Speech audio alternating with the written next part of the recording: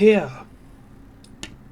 And I've designed this wafer holder to hold a 6-inch silicon wafer. I'm just making this video to show it off. This was just a test run, so I printed it with a low amount of infill. And to make the print nicer, it prints in 2 parts. So this part prints flat, and then you print this part. Well, actually 3 parts. This part allows the wafer to slide in, and then you put this on.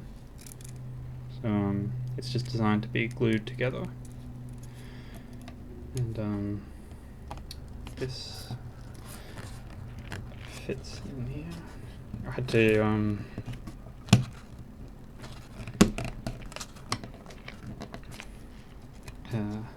sand out.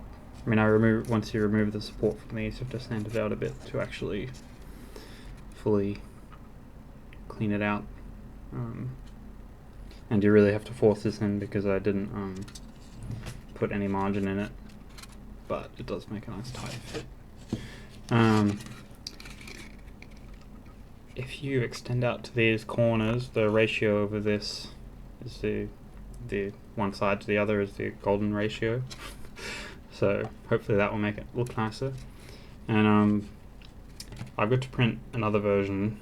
I do have another version that I'll show in a moment, but it's the same version as this because I accidentally made a mistake. This centerpiece is supposed to be moved slightly more that way, although I think it looks quite nice from the front. Anyway, this is a version that I have already glued together, so it's kind of, it's not going to come apart. Well, except for this bit which I haven't glued in yet. And I printed this with 80% infill, so it's much more dense than the other one. And as this is a stand, I should have printed it with 100% infill actually, because I want it to be as heavy as possible. And it doesn't use that much filament because it's not that big. But I was worried I'd run out of this color of filament. Anyway, quick demonstration is in order, I think.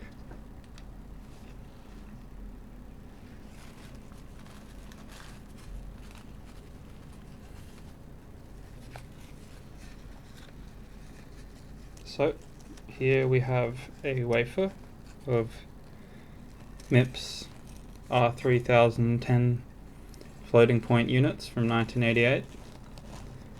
MIPS is a micro...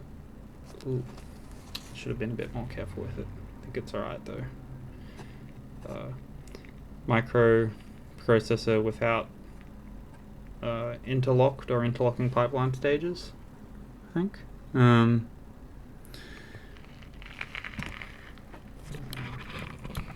So you can see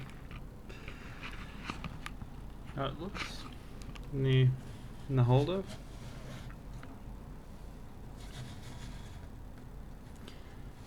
And basically means a pipeline interlock is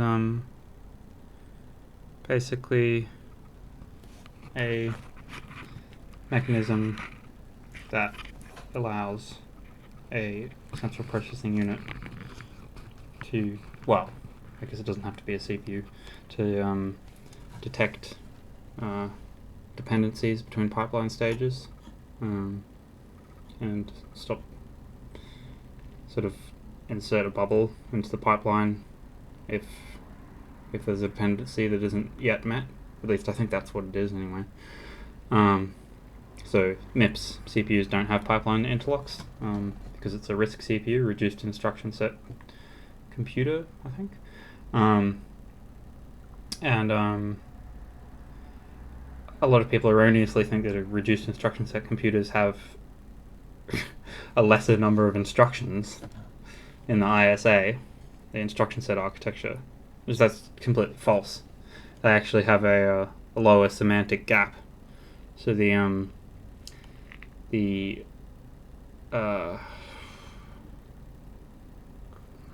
abstraction level of the instructions is lower. So they're sort of the ISA instructions are simpler. So that's what a RISC CPU is, as opposed to a complex instruction set computer, CISC. Anyway, and these are FPUs, so they're coprocessors for a MIPS CPU. FPU being floating point unit. So back in the day, most CPUs didn't have included FPUs, so they could only do integer arithmetic. And any floating point numbers had to be done in software. But if you had a coprocessor, you could do them in hardware. And each one of these squares is a MIPS FPU coprocessor, to my understanding anyway.